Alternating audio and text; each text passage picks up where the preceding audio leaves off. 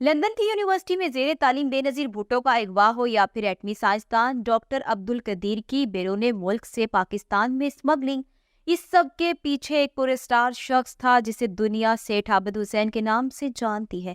क्या आपके इल्म में है कि पाकिस्तान के सबसे बड़े बिजनेस टाइकून सेठ आबिद हुसैन की फोटो करेंसी नोटों पर क्यों ना छप सकी? क्या वाकई भुट्टो को फांसी के फंदे पर चढ़ाने के पसे पर्दा सेठ आबिद हुसैन थे? और हाँ, सेठ आबिद हुसैन और इमरान खान का एक दूसरे से ऐसा क्या नाता था कि जिससे तमाम पाकिस्तानी बेखबर हैं? और इमाम मेहंदी होने का दावा करने वाली बात असल में क्या थी? तो दोस्तों, आज की वीडियो में स्मगलिंग की दुनिया के बेताज बादशाह और पाकिस्तानी तारीख के ड्रामाई किरदार सेठ आबिद हुसैन की जिंदगी के चंद राज आप तक शेयर किए जाएंगे। अस्सलाम वालेकुम नाज़रीन, आप देख रहे हैं मेरा ऑफिशियल यूट्यूब चैनल और मैं हूं मरियम खुर्शीद।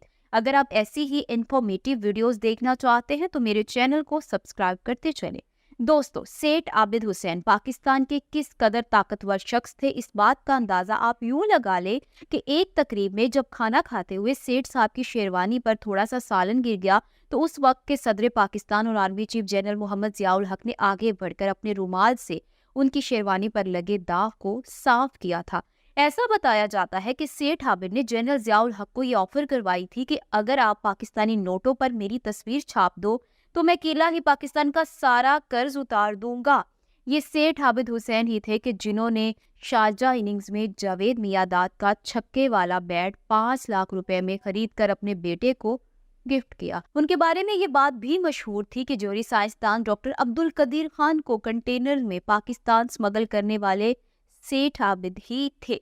जियाउल हक के दौरे हुकूमत में जब पाकिस्तान का खजाना खाली हो गया तो उस मौके पर पूरे मुल्क के सरकारी मुलाजमीन को अपनी जेब से तनख्वाहें देने वाला कोई और नहीं बल्कि सेठ आबिद थे। इमरान खान लाहौर में शौकत खानम कैंसर हॉस्पिटल बनाने लगे तो इसकी तामीर के लिए सेठ आबिद हुसैन ने खतीर रकम अतिया की। याद रहे कि उस दौर में सेठ आबिद शौकत खानम हॉस्पिटल की एक टीवी एडवर्टाइजमेंट में लोगों से मदद की अपील करते हुए भी नजर आए थे। सेठ आबिद हुसैन की सियासी शख्सियात के साथ दरीना मरासम थे। उनके पार्टनर कासिम भट्टी के हवाले से बताया जाता है कि उन्होंने सदर सिकंदर मिर्जा की बीवी बेगम नाहिद को एक तकरीब में लाखों रुपए मालियत का सोने का हार पहनाया था। दोस्तों, जिन दिनों field marshal general Mohammad Ayub Khan सदर पाकिस्तान थे तो उस वक्त सेठ आबिद का शुमार जनूबी एशिया के सबसे बड़े गोल्ड स्मगलर्स में होता था और उनकी एम्पायर सिर्फ एशिया ही नहीं बल्कि मशरिक़ वुस्ता और यूरोप तक फैली हुई थी। इंडियन मीडिया में सेठ आबिद हुसैन के बारे में तब पहली बार खुलबली मची कि जब उनके बहनोई को दिल्ली से सोने की 44 ईंटों के साथ गिरफ्तार किया गया था। सेठ आबिद हुसैन सोने की स्मगलिंग को जुर्म नहीं समझते थे। उन्होंने कराची के कुछ मदारिस से स्मगलिंग के हक में फतावाजात भी ले रखे थे। सेठ आबिद हुसैन ने एक मशहूर सहाफ़ी से इस्तफसार किया कि तुम्हारे अखबार में मेरे बारे में बुरा लिखा जाता है, हालांकि सोने की स्मगलिंग करके मुल्क और कौम की खिदमत कर रहा हूँ। मेरी वजह से पाकिस्तान में बहनों बेटियों की शादी के लिए सस्ता सोना दस्तयाब होता है और आप लोग मेरी तारीफ ही नहीं करते। 3 दहाइयों तक स्मगलिंग की दुनिया के बेताज बादशाह सेठ दहाइयों तक स्मगलिंग की दुनिया काया करते थे कि पाकिस्तान में कोई भी हुकूमत मेरी हिमायत के बगैर 24 घंटे भी नहीं चल सकती। सेठ आबिद का सोने की स्मगलिंग का नेटवर्क पाकिस्तान से लेकर मिडल ईस्ट और इंडिया से यूरोप तक फैला हुआ था और दुनिया उन्हें गोल्ड किंग के नाम से पहचानती थी। वजीर आजम जुल्फ़िकार अली भुट्टो सेठ आबिद हुसैन के माबैन लड़ाई तब शुरू हुई कि जब मिस्टर भुट्टो ने सेठ आबिद के घर पर रेड करते हुए करोड़ों डॉलर्स मालियत की करेंसी नोट, सोने और कीमती घड़ियों को अपनी तहवील में ले लिया। कहा जाता है कि भुट्टो साहब ने सेठ आबिद से 5 करोड़ रुपए पीपल्स पार्टी के लिए बतौर फंड मांगे। सेठ आबिद के बिग नो पर भुट्टो साहब को बहुत गुस्सा आया। उन्होंने सेठ आबिद की गिरफ्तारी के लिए छापे मारे। बेलाखिर एक रोज सेठ आबिद की बजाय उनकी इकलौती बेटी नुसरत शहीन को गिरफ्तार कर लिया गया। जब सेठ आबिद को अपनी बेटी की गिरफ्तारी का इल्म हुआ तो उसने लंदन में जेर तालीम बेनजीर भुट्टो को अगवा करा लिया।